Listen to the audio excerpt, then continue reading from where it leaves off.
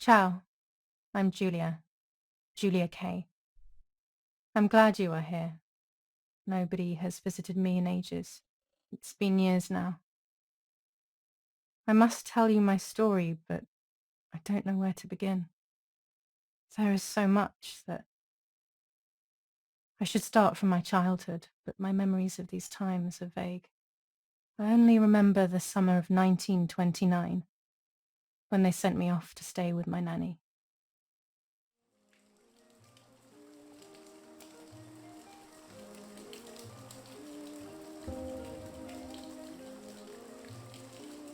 Nanny, will you tell me the story of the White Lady? No, little sparrow.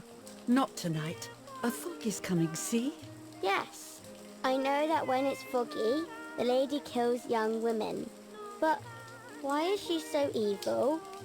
You see, Giulia, pain and suffering can make us do evil things, even if we're not actually bad. Just like soldiers have to kill other soldiers. I like the lady, I've decided, Nanny. She must be in so much pain. The poor dear. She still scares me a little, though. Soon I'll be a young woman, and she could kill me. Does she kill those who love her? Of course not. That makes me feel better because I love her. But what about Martha? Would she be in danger? Your sister is with your mother, so do not worry. Do you miss them? No. I mean, yes, I miss Martha a little, but I love spending time with you. Now, go to sleep, little sparrow. It's getting late. Okay, Nanny. I'll go to sleep and dream of the lady. Was she beautiful? She was beautiful. Yes, very much so. Then she'll be beautiful in my dreams. And will I be beautiful just like her? You'll be even more beautiful. Listen, Nanny. Since the lady won't harm me because I love her, and since you're not a young woman, could you tell me her story, even if it's foggy outside? Please. Oh, please. Then I'll sleep. I promise. Oh, all right. You always get your own way.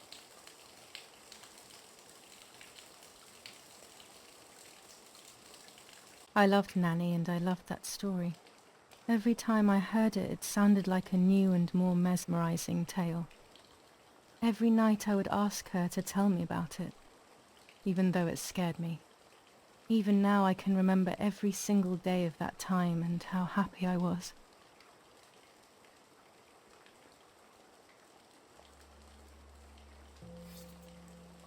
According to an ancient legend, the lakes of the area are haunted by the spirit of a young woman who was killed by the man she loved.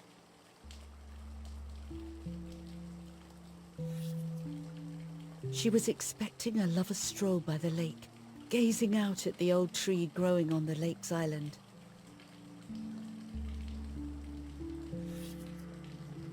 So much hope and desire, but death, not love, was awaiting her. Oh, the poor dear. That's not fair. Life isn't fair, Poppet, but that's the way it is, and we must learn to deal with it. Okay, I'll try. But it makes me so mad. Keep on reading, Nanny. In despair, the man confessed he had killed her out of jealousy.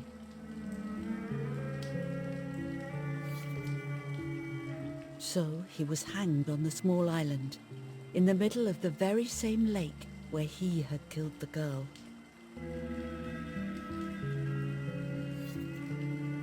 They searched everywhere, but the girl's body was never found.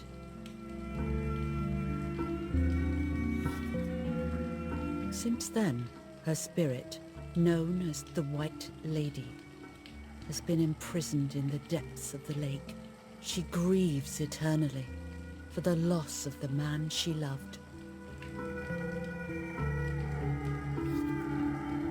When fog arises, the White Lady is known to leave the waters of the lake and roam the woods, looking for her long-lost love, in vain. Within the fog of dawn, hunters have claimed to hear the wailing of a woman in the distance.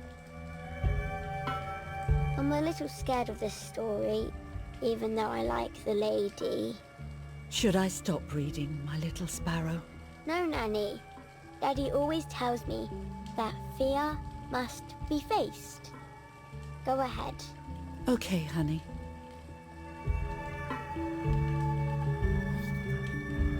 Every time the sad memory of the night she perished stirs in her soul, she takes the life of a young woman by slaying such a life in its youth. Even just for an instant, the lady feels free from the burden of her pain.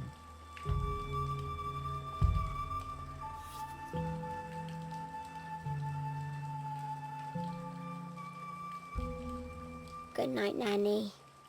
Good night, my love. I spent almost 3 years with the nanny, but when I came home I quickly forgot how to be happy. My memories do not return until 15 years later, in 1944, when I stayed in that house. I enjoyed setting up cameras in the woods by the lake. My father created a device that attached to the cameras. It would make them take pictures at set intervals. I was trying to photograph animals, or whatever else was in that damned place.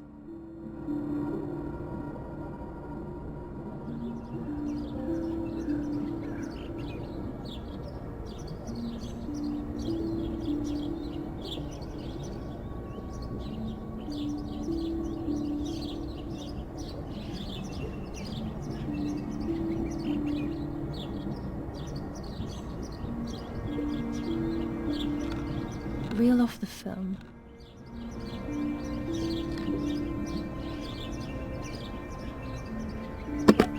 Open the camera. Remove the old roll of film.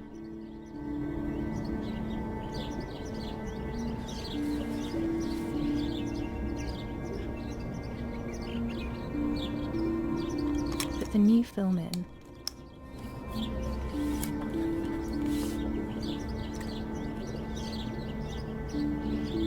Close the camera. Load the film.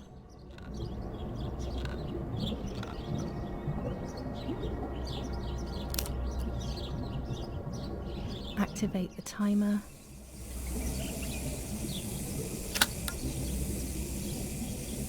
Almost ready. Now to bring the image into focus.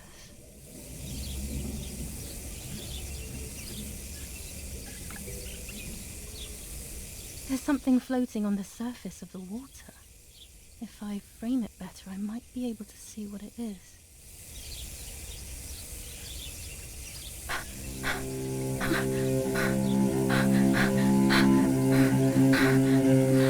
What? Is that a person? I must help them.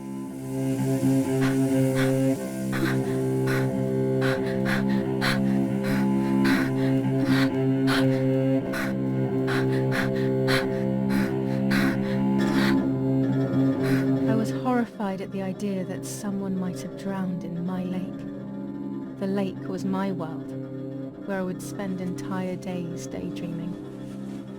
I would lose myself in my thoughts, but that was a rude awakening. So terrible.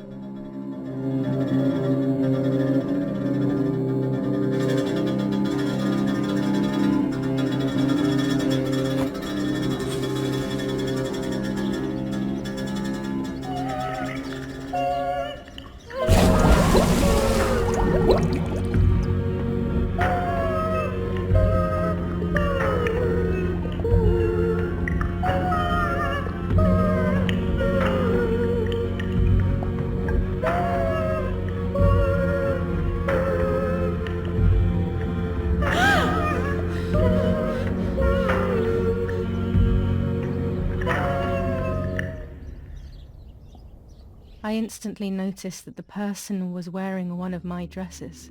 I was scared. I dragged that lifeless body as best as I could to the shore, trying not to drown myself. Only when I lifted her in my arms did I realize who she was. It was my sister, my twin, a part of me, dead. Impossible to comprehend. I was desperate. I didn't know what to do or to think.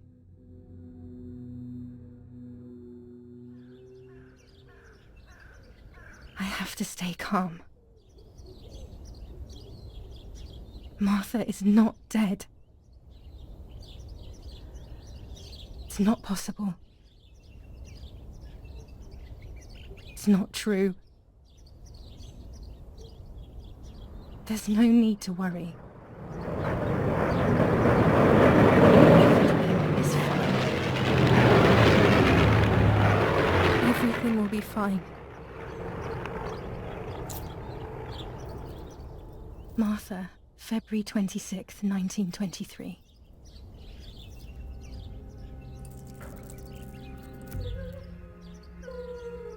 Is everything okay? Are you hurt?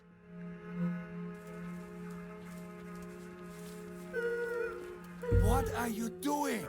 Go, Eric! Run! My parents ran towards me. My mother hugged me.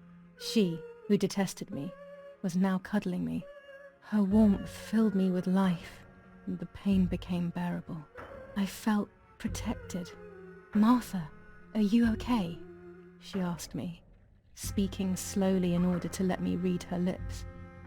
She thought I was deaf. She thought I was Martha. I didn't want the moment to fade, so I meekly nodded my head. I didn't realize I had done something that couldn't be undone. I would have to pretend to be Martha forever.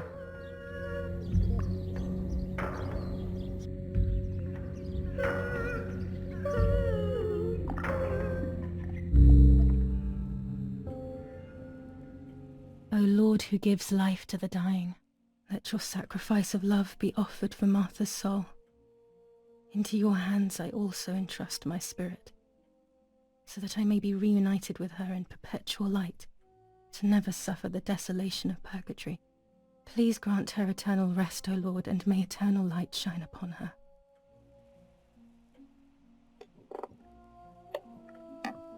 Eric, did you remember to light the candles in the hall? People will be here soon. Mummy always finds something for everyone to do.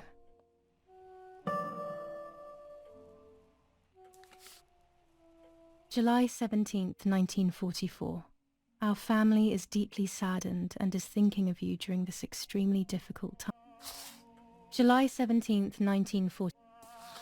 July 17th, 1944, Ministry of War.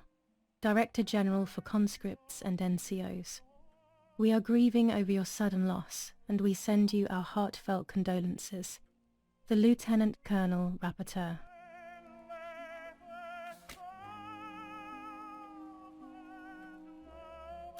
An old painting.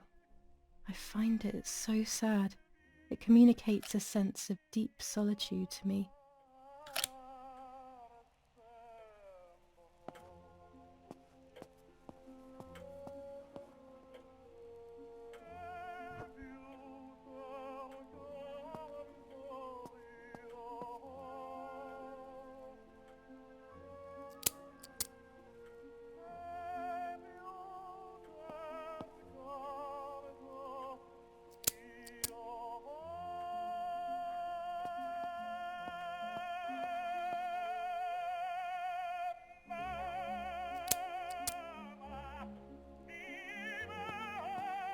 When you're done, can you come and get the flowers, please? Or send Martha if you like. Never a moment's peace. Even at a time like this. She can't sit still for a second.